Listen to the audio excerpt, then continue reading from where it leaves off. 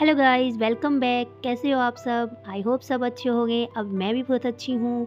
आपको पता ही है मेरी तबीयत थोड़ी-सी ख़राब चल रही थी। गैरी ने वीडियो बनाई थी और गैरी को तो बहुत-बहुत थैंक यू। इस बुरे टाइम में जब मेरी तबीयत इतनी ख़राब थी, मेरे बेटे ने मेरा बहुत साथ दिया क्योंकि मेरे हस्बैंड को भी अभी वर्कलोड बहुत ज़्यादा था, तो उनको बिल्कुल टाइम नहीं था।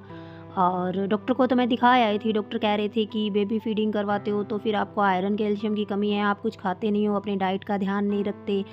और बस फिर वो दवाइयाँ तो मेरी चल रही है। लेकिन मेरा मानना है कि कुछ होता है ना, अतीत में जो कुछ भी हो रखा होता है उसको हम जल्दी से भुला नहीं पाते। तो जब हम मेंटली डिस्टर्ब होते हैं ना, तो हमारी बॉडी भी हमारा साथ नहीं देती है, मुझे ऐसा लगता है। वो क्या है ना, मतलब बता ही रखा है आपको मैंने, स्टडी छूट गई, वो कहीं न कहीं दिमाग में निकल नहीं रही है। गैरी तो मुझे बच्चा होके भी मोटिवेट करता है कि मम्मा ऐसे मत सोचो, आप अपनी लाइफ की नई तरीके से शुरुआत करो। फिर चलो इसी मैटर पे आपके साथ आज थोड़ी देर बात करती हूँ। आज ब्लॉग में कुछ नहीं ऐसा करूँगी, बस सिर्फ आपसे बात करने के लिए ही मैंने ये वीडियो बनाई है। कभी-कभी क्या होता है ना कि हम उसी चीज़ के बारे में सोचते हैं जो हमारे पास नहीं होता है। हम उस चीज़ के बारे में नहीं सोचते जो भगवान ने हमें दिया है। उसके लिए तो भगवान को कभी भी हम थैंक यू नहीं बोलते, है ना? और हमें डेली भगवान को कम से कम 10 बार तो थैंक यू बोलना ही चाहिए, क्योंकि भगवान ने जो हमें दिया है ना, किसी-किसी के पास तो वो भी नहीं है ना? तो हमें इस बारे में सोचना चाहिए कि क्यों हम थैंकफुल क्यों नहीं करते भगवान को, है ना? अब मेरा भी देखो 2 प्यारे-प्यारे बच्चे हैं, इतनी अच्छी फैमिली है ना? और कहीं-कहीं तो देखो इतनी ठंड में फुटपाथ पे लोग सोए रहते हैं, उनके पास तो तन पे कपड़ा भी नहीं होता, वो भी तो सर्वाइव कर रहे हैं ना।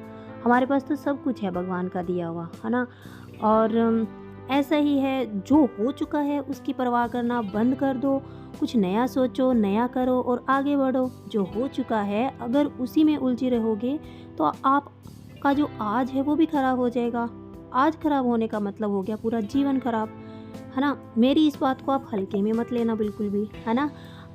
आप इतने समझदार हैं कि आप मेरी इस बात को अच्छे से समझ भी सकेंगे, है ना? और मैंने अपने लाइफ में क्या नया स्टार्ट किया है, तो वो मैं आपको बताती हूँ। मैंने मेडिटेशन करना स्टार्ट किया और वाक़ई में इससे मुझे बहुत अच्छा रिज़ल्ट मिला है ना? अब मैं आपको थोड़ा-सा कुछ इसके बारे में बताती हूँ। अगर आप वाक़ई अगर हम सोचें कि हम पीछे की घटनाओं में दिन-रात अपने दिमाग को, दिल को दोहराते रहेंगे, तो आगे कुछ भी नया निर्णय नहीं ले पाएँगे। है ना? और ऐसा क्यों होता है इसका भी मैं बताती हूँ कि ऐसा इसलिए होता है कि जब आपका दिमाग बुरी घटनाओं के विचारों से भरा होता है ना, तो यह अच्छे और प्रेरक विचार पैदा नहीं कर पाता और आप लाख कोशिश करने के बाद भी अपने हर काम में असफल हो जाते हैं।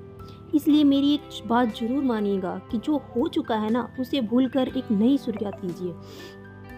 अब मैं आपको एक एग्जांपल बताती हूँ। मान लीजिए एक कमरे में बहुत सारी किताबें पड़ी है, विशाल ढेर लगा हुआ है ना?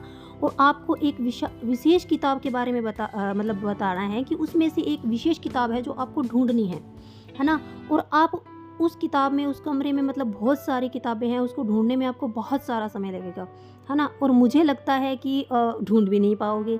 लेकिन उन्हीं किताबों को अगर हम बुक शेल्फ में अच्छी तरह से सेट कर देते हैं और फिर जो बुक हमें चाहिए होती है उस बुक को निकालना है, तो वो बुक हमें जल्दी से भी मिल जाएगी और एकदम से हमें परफेक्ट टाइम पे जो भी चीज़ हमने सेट करके रखी है तो वो बुक हमें मिल जाएगी।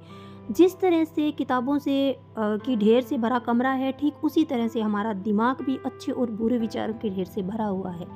जब हम निराश और दुखी होते हैं ना, तो सही विचार और सही फैसले को सामने लाने में हमारा दिमाग असफल हो जाता है और उससे हमें निराशा और दुख से बाहर आने में बहुत समय लग जाता है। ठीक उसी तरह से जिस तरह से हमें बुक नहीं मिलती, इस तरह समय की बर्बादी से हम हमेशा पीछे ही रह जाते हैं, है ना?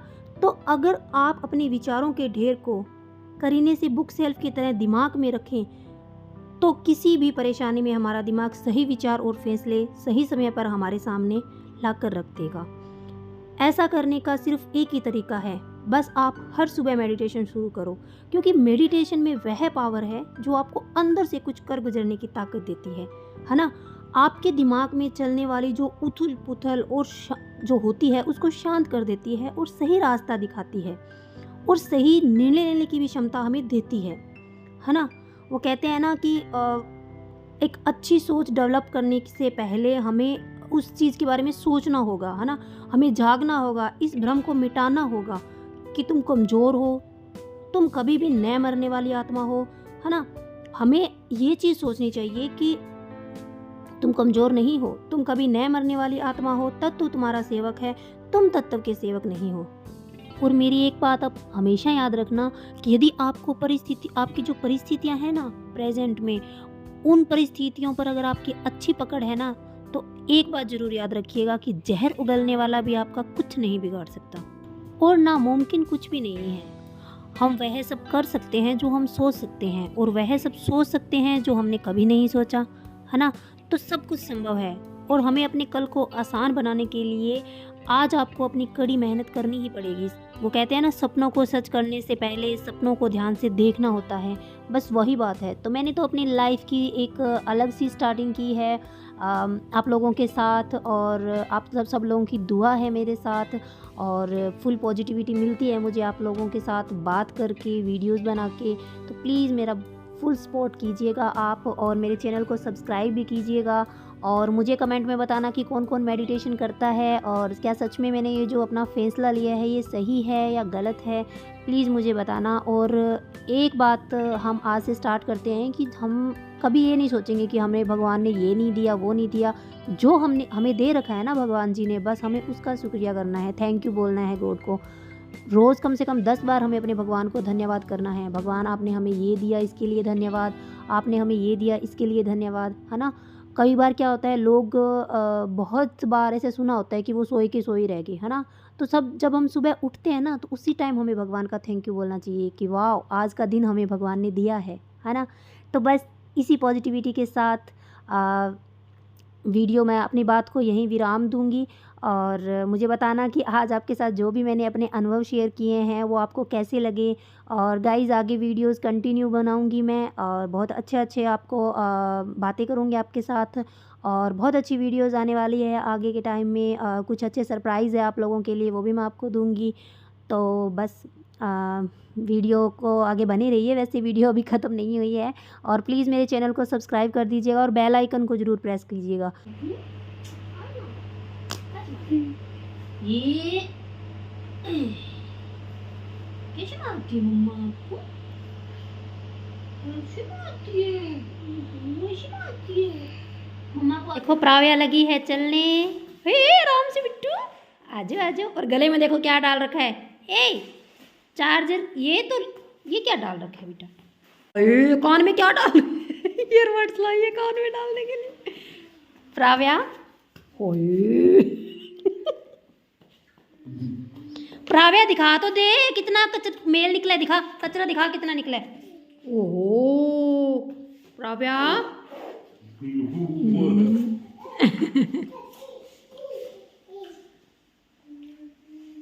क्या कर रही है? इसका क्या करते हैं?